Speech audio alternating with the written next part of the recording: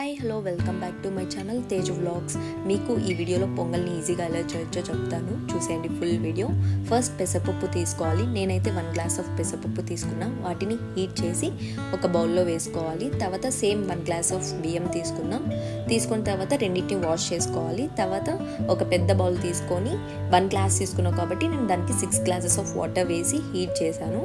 తర్వాత pressure cooker తీసుకొని మనకి ఎంత కావాలో అంత గీ వేసుకోవాలి.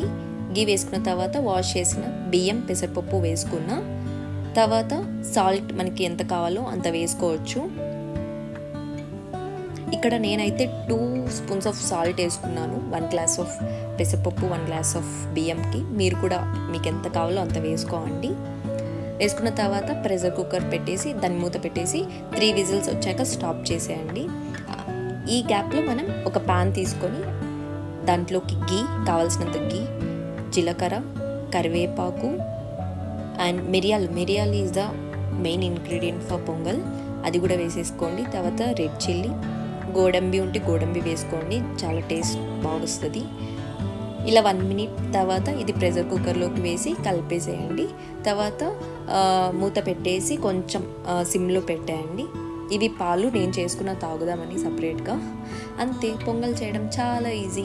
తర్వాత చట్నీ చేయడం కూడా చెప్తాను ఎలా చేయాలో.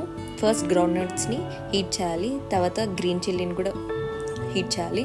అవి ఫ్రై అయ్యాక బాగా ఒక మిక్సర్ తీసుకొని దాంట్లోకి గ్రౌండ్ నట్స్, చిల్లీ, సాల్ట్, వెల్లుల్లి వేసుకొని గ్రైండ్ చేసుకోండి. అంతే, చట్నీ చేయడం కూడా చాలా simple. Thank you for watching. Please do subscribe.